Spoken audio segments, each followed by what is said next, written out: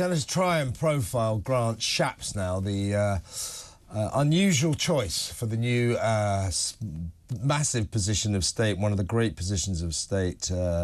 He is the new Minister of Defence, Secretary of State for Defence, after the resignation of the highly regarded Ben Wallace. It does seem that we've gone from the sublime to the ridiculous, to be honest with you. Grant Shapps has had 5 Secretary of Stateships in the last year. 5. That's ridiculous. It's absolutely absurd. So I thought, what is the secret that this guy has? Why does he keep getting these jobs? I mean, he seems to me to be a swirling little ball of mediocrity at best. I mean, bland. He wrote the book on it. But he smiles on the media rounds in the morning, doesn't he, and tells little lies. So let's talk to, but in a while we'll talk to John Rentoul, Chief Political Commentator at The Independent. And also right now in the studio is Talk Radio Political Commentator Peter Carbwell. From one swirling ball of mediocrity to another. Well, no, I wouldn't put you that high.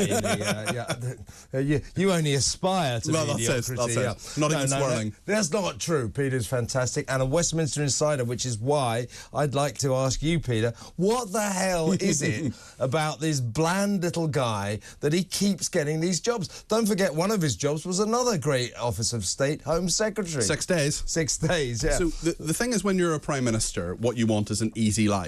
And Ben Wallace was highly regarded, but part of the reason he was highly regarded was because he stood up for the forces. He stood up for the soldiers and put his personal view. Because he was a soldier. Yeah, he was a soldier himself, served in Northern Ireland, was an officer, and was also security minister, so he knew about the security threats to the UK as well. So what he did was sometimes publicly make his voice heard and say that actually what we need to do as a country is spend more money on defence.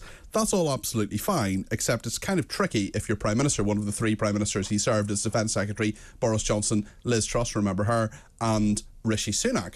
So when Rishi Sunak knew there was going to be a change, because Ben Wallace said he wanted to stand down, he probably thought, do you know what, I just want a bit of an easy life, and with Grant Shapps you get an easy life. Yes. I mean, they call him Media Round Grant, don't they? Because he is by far and away the Prime Minister's most popular choice to send out to do the morning interviews on radio and television. And that was the case during other ministerial posts that he's had. So there's a former Chief of Staff at Downing Street, a woman called Fiona Hill, who's known as one of the terrible twins, Nick and Fee. King Jim Hill. And her mantra for those morning rounds when the ministers go out, talk to all the different media outlets, or most of them, is don't commit any acts of news. And Grant Shapps is one of those people who can go on, can talk for a long time, and you go, yeah, okay, that all sounds fine, but he hasn't said anything new, he hasn't said anything that's going to, set any hairs running, cause any problems, committed any acts of news, as Fiona Hill would put it. He was someone who can be relied upon by the government to be a bit bland, bit boring, but sort of kind of get the job done as well. So in summary, he's a little guy who does exactly what he's told.